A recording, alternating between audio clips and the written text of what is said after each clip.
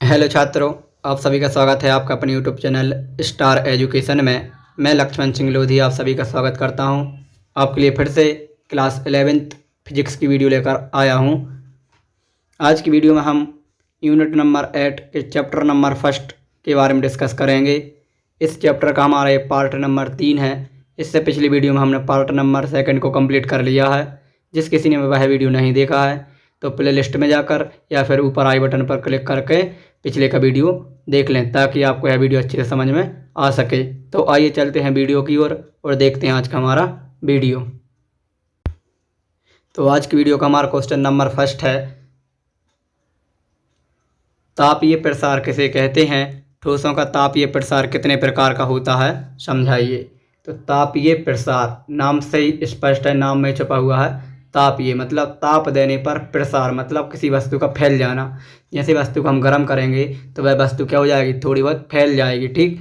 तो वही हमारा क्या होगा, तापीय प्रसार। तो लिखेंगे प्रायः प्रत्येक पदार्थ गर्म करने पर फैलता है, क्योंकि गर्म करने पर अणुओं के बीच की जो दूरी है बढ़ जाती है। इससे पदार्थ का तापीय प्रसार कहते हैं। जैसे कोई लोहे की वस्तु है तो उसके जो अभी अणु हैं बहुत पास पास, इसलिए वो कैसी है, मजबूत है बहुत। जैसे उसको गर्म करेंगे तो उसके अणु दूर दूर हो जाएंगे, जो दूरी है बढ़ जाएगी। जैसे दूरी बढ़ेगी तो धातु क्या है, फैल जाएगी, ठीक। तो ताप के कारण किसी धातु का फैलना ही क्या कहलाता है, तापीय प्रसार, ठीक। फिर इसके बाद हेडिंग बनाएंगे ठोसों का प्रसार। किसका, ठोसों का प्रसार। ये तो तापीय प्रसार, अब किस में, ठोसों में जो प्रसार होगा। तो लिख लेंगे जब ठोस पदार्थ को गर्म किया जाता है तो उसकी लंबाई, क्षेत्रफल व आयतन में प्रसार होने लगता है। किस किस में, लंबाई, क्षेत्रफल और आयतन में क्या होने लगता है, प्रसार मतलब फैलने लगते हैं, जिसे हम क्या कहते हैं, ठोसों का प्रसार, ठीक। ठोसों में प्रसार हो रहा है इसलिए हम क्या बोलेंगे, ठोसों का प्रसार। ठोसों में ऊष्मीय प्रसार के प्रकार, जो ठोसों में ऊष्मीय प्रसार है उसके प्रकार हैं। तो कितने प्रकार का होता है, तो हम प्रत्येक को समझेंगे। तो पहले हेडिंग बना लेंगे रेखीय प्रसार, ठीक। 3 प्रकार का होता है। तो पहला है हमारा रेखीय प्रसार। तो रेखीय प्रसार में लिखेंगे किसी पदार्थ की एकांक लंबाई, रेखिक मतलब लंबाई संबंधित रहेगा, ठीक। किसी पदार्थ की एकांक लंबाई की छड़ को गर्म किया जाता है। जब किसी छड़ को हम क्या करेंगे, गर्म करेंगे तो उसके व्यास में क्या हो जाएगा, व्यास में वृद्धि होती है। किसमें, व्यास में वृद्धि नहीं होगी, व्यास में कमी, ठीक।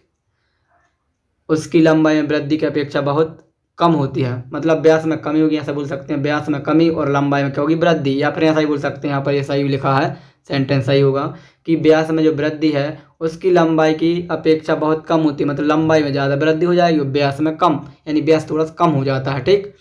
यह मान लिया जाता है कि छड़ की लंबाई में वृद्धि होती है। इस प्रकार प्रसार को रेखीय या रैखिक प्रसार कहते हैं। मतलब जब किसी लोहे की छड़ को गर्म करेंगे तो उसकी लंबाई बढ़ जाएगी, तो वही हमारा क्या कहलाएगा, रेखीय प्रसार कहलाएगा, ठीक। सीधी सी भाषा में है। फिर इसके बाद पृष्ठीय या क्षेत्रीय प्रसार। पृष्ठीय या क्षेत्रीय प्रसार, तो पृष्ठीय मतलब पृष्ठ से संबंधित है। तो जब किसी ठोस आयताकार चादर को गर्म किया जाता है तो उसकी लंबाई व चौड़ाई, तो लंबाई और चौड़ाई से मिलकर क्या बनता है, क्षेत्रफल। तो लंबाई व चौड़ाई में वृद्धि अधिक होती है। इस प्रकार के प्रसार को क्षेत्रीय प्रसार कहते हैं। लंबाई और चौड़ाई में वृद्धि होगी तो क्या कहलाएगा, हमारा क्षेत्रीय या पृष्ठीय प्रसार कहलाएगा, ठीक। इसके बाद नेक्स्ट आता है हमारा आयतन प्रसार। क्या आता है, आयतन प्रसार। तो आयतन लंबाई, चौड़ाई और ऊंचाई तीनों संबंधित रहेगा, ठीक। तो लिखेंगे जब किसी ठोस घनाकार वस्तु को गर्म किया जाता है, घन के आकार की जो वस्तु रहेगी जिसमें लंबाई भी होगी, चौड़ाई भी होगी और ऊंचाई भी होगी, तो घन या घना आप कुछ ही बोल सकते हैं, ठीक।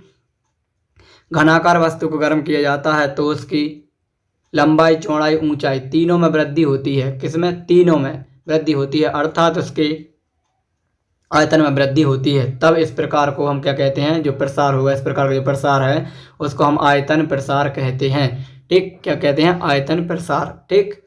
फिर इसके बाद हमारा नेक्स्ट क्वेश्चन आता है। क्वेश्चन नेक्स्ट है, लिखा है रेखीय प्रसार गुणांक, क्षेत्रीय प्रसार गुणांक और आयतन प्रसार गुणांक को परिभाषित कीजिए। अब हमने अभी क्या पढ़े हैं, प्रसार पढ़े, अब इनके गुणांक आ गए, ठीक। तो गुणांक में तो सबसे पहले हम हेडिंग बना लेंगे रेखीय प्रसार गुणांक। तो रेखीय प्रसार गुणांक, अब इसमें एकांक लंबाई से संबंधित रहेगा, ठीक। तो लिखेंगे किसी पदार्थ की एकांक लंबाई, एकांक लंबाई की छड़ का ताप 1 डिग्री सेल्सियस, कितना 1 डिग्री सेल्सियस बढ़ाने पर उसकी लंबाई में जो वृद्धि होती है तो उसे उस छड़ के पदार्थ का रेखीय प्रसार गुणांक कहते हैं। ठीक, क्या है, किसी पदार्थ की जो एकांक लंबाई है, छोड़ एक जो तार है इसके हमने छोटी थोड़ी सी लंबाई ले ली एकांक लंबाई, उसका ताप हम 1 डिग्री सेल्सियस जैसे ही बढ़ाएंगे तो उसकी लंबाई में वृद्धि हो जाएगी, तो उसे हम क्या कहेंगे, रेखीय प्रसार गुणांक कहेंगे। इसे अल्फा से प्रदर्शित करते हैं। इसका मान केवल पदार्थ की प्रकृति पर ही निर्भर करता है। ठीक, फिर सूत्र की स्थापना करेंगे तो पैराग्राफ चेंज करके लिखेंगे, माना कि छड़ की प्रारंभिक लंबाई L है, उसके ताप को डेल्टा टी बढ़ा दिया, कितना डेल्टा टी।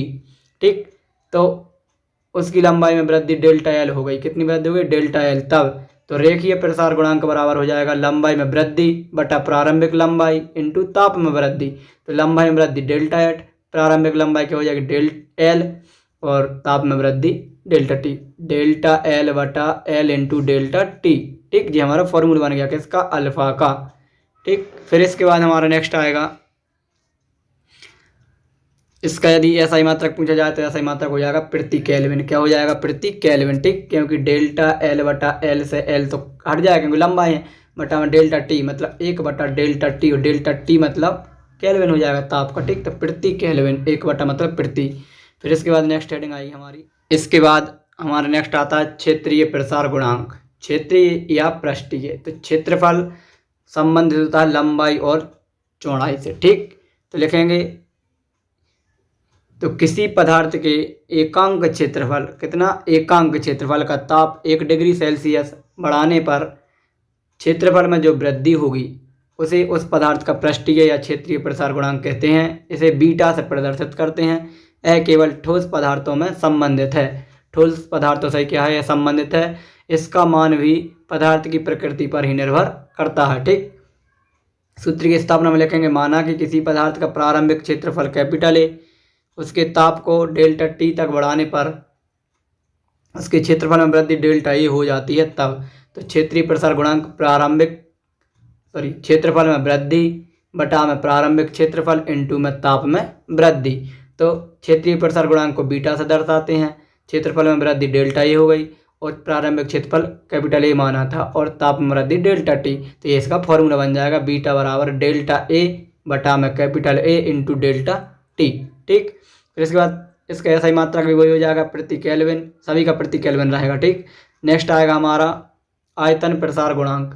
तो इसमें आयतन संबंधित होगा एकांक आयतन से। ठीक, तो किसी ठोस एकांक आयतन का ताप 1 डिग्री सेल्सियस बढ़ाने पर आयतन में जो वृद्धि होगी उसे ठोस पदार्थ का आयतन प्रसार गुणांक कहते हैं। इसे गामा से, किससे, गामा से प्रदर्शित करते हैं, गामा है। ठीक, गामा से प्रदर्शित करते हैं। सूत्र की स्थापना में, माना कि किसी पदार्थ का प्रारंभिक आयतन कैपिटल वी व उसके ताप को डेल्टा टी बढ़ाने पर उसके आयतन में वृद्धि डेल्टा वी हो जाती है। तब आयतन प्रसार गुणांक गामा बराबर क्या हो जाएगा, आयतन में वृद्धि डेल्टा वी, प्रारंभिक आयतन भी और ताप में वृद्धि डेल्टा टी। ए इसका फॉर्मूला हो जाएगा और इसका ऐसा ही मात्रा की प्रति केल्विन। ठीक, फिर इसके बाद नेक्स्ट क्वेश्चन आता है, मोस्ट इंपॉर्टेंट क्वेश्चन है, कई बार एग्जाम में पूछा गया है कि रेखीय प्रसार गुणांक और क्षेत्रीय प्रसार गुणांक में संबंध स्थापित कीजिए। या फिर रेखीय प्रसार गुणांक को दर्शाते हैं अल्फा से, इसको बीटा से। तो ऐसा आएगा, अल्फा और बीटा में संबंध स्थापित कीजिए। या फिर ऐसा आएगा, सिद्ध कीजिए कि क्षेत्रीय प्रसार गुणांक रेखीय प्रसार गुणांक का 2 गुना होता है। यानी जो बीटा है वो अल्फा का कितना गुना होता है, 2 गुना। ये हमें सिद्ध करके बताना है। तो हेडिंग बना लेंगे अल्फा बीटा में संबंध। तो लिखेंगे, माना किसी पदार्थ के वर्गाकार समतल के प्रत्येक भुजा की लंबाई L है, उसके ताप को डेल्टा टी तक बढ़ाने पर उसकी लंबाई में वृद्धि क्या हो जाती है, लंबाई में वृद्धि डेल्टा L हो जाती है। या फिर ऐसा लिख लेंगे पूरा L plus delta L, L plus delta L यहाँ पर लिखा हुआ है। ठीक, L प्लस डेल्टा L। अब वर्ग का क्षेत्रफल होता है भुजा स्क्वायर, तो क्षेत्रफल को ये से दर्शाते हैं, भुजा हमने मानी है L, L इंटू एल या L स्क्वायर लिख लो। ठीक, तो ये हो गया हमारा क्षेत्रफल, प्रारंभिक क्षेत्रफल। अब इसके बाद हमने जैसे ताप बढ़ाया तो उसका क्षेत्रफल बढ़ गया, क्षेत्रफल बढ़ेगा तो उसकी लंबाई बढ़ जाएगी। ठीक, तो क्षेत्रफल अंतिम क्षेत्रफल देखेंगे तो A प्लस डेल्टा ए हो जाएगा और भुजा पहले हमारी क्या थी L, अब उसमें डेल्टा L और हो गई तो डेल्टा L का होल स्क्वायर हो जाएगा। ठीक जी, तो इसका होल स्क्वायर खोलेंगे जी, हो जाएगा L square plus delta L square plus 2 L delta L. ठीक, इनको हम होल स्क्वायर खोलेंगे, ये आएगा। तो ये हमारा अंतिम क्षेत्रफल। अब हम निकालना है वृद्धि, क्षेत्रफल में वृद्धि। तो हम क्या करेंगे, अंतिम में से प्रारंभिक को घटा देंगे। तो ये हमारा फॉर्मूला बन जाएगा क्षेत्रफल में वृद्धि बराबर अंतिम क्षेत्रफल माइनस प्रारंभिक क्षेत्रफल। तो अंतिम क्षेत्रफल हमारा था ए प्लस डेल्टा ए और प्रारंभिक था ए, और अंतिम जो हमारे मान आया था ये है, और प्रारंभिक एल स्क्वायर था। जैसे हम यहाँ रखेंगे तो ये कट जाएगा, एल स्क्वायर से एल स्क्वायर कट जाएगा, ये हमारा बच जाएगा। ठीक, अब चूंकि जो हमारा डेल्टा एल है, डेल्टा एल मतलब बहुत कम अल्प परिवर्तन होता है, तो लिखेंगे डेल्टा एल का मान बहुत कम है, इसलिए इसकी उपेक्षा कर देंगे, मतलब इसको कोई इफेक्ट नहीं पड़ेगा। तो जहाँ जहाँ पर डेल्टा एल स्क्वायर बड़ी बड़ी राशियाँ दी हैं, इसके साथ और कुछ नहीं दिया, तो उसकी हम क्या कर देंगे उपेक्षा। अचर राशि हैं तो हम उनकी सबकी क्या कर देंगे उपेक्षा। अब तो डेल्टा एल स्क्वायर की उपेक्षा हो जाएगी, यहाँ पर 2l डेल्टा एल बच जाएगा। तो ये हमारा डेल्टा ए का मान आ गया। अब इसके बाद हम सूत्र लगाएंगे किसका, क्षेत्रीय प्रसार गुणांक का। ठीक, क्षेत्रीय प्रसार गुणांक। और यदि अभी आप तक ने हमारे चैनल को सब्सक्राइब नहीं किया तो सब्सक्राइब करें, और यदि वीडियो पसंद आ रहा हो तो लाइक भी करते रहें, और वीडियो को बच्चों को शेयर करते रहें। अब इसके बाद हम क्या करेंगे, पृष्ठीय क्षेत्रफल का सूत्र लगाएंगे। तो बीटा बराबर होता है डेल्टा ए अपॉन में ए into delta T, delta A बटा में ए इंटू डेल्टा टी। और हमारे पास डेल्टा ए का मान भी है और ए का मान भी है, दोनों के मान रख दिए। डेल्टा ए का मान है 2l इंटू डेल्टा एल, और ए का मान क्या है एल स्क्वायर, ए का मान क्या है एल स्क्वायर। ठीक, एक एल से एक एल कैंसिल हो जाएगा। ठीक, तो क्या बचेगा, डेल्टा एल बटा में एक एल इंटू डेल्टा टी, ये बच जाएगा। ठीक, और इंटू में 2 भी है, तो डेल्टा एल बटा में एल इंटू डेल्टा टी, इसका मान होता है अल्फा, ये यहाँ पर लिखा है। तो इसकी अब जैसे अल्फा रखेंगे तो बीटा बराबर क्या हो जाएगा 2, और बाकी जो मान है उसका हो जाएगा अल्फा। तो ये हमारा सिद्ध हो जाएगा कि जो क्षेत्रीय पृष्ठीय प्रसार गुणांक है रेखीय प्रसार गुणांक का 2 गुना होता है। यही हमको सिद्ध करना था। ठीक, तो ये हमारा महत्वपूर्ण क्वेश्चन था। यदि इस क्वेश्चन में भी डाउट हो तो कमेंट करके ज़रूर बताएं। तो आज की वीडियो में इतना ही, मिलेंगे नेक्स्ट वीडियो में, तब तक के लिए जय हिंद जय भारत।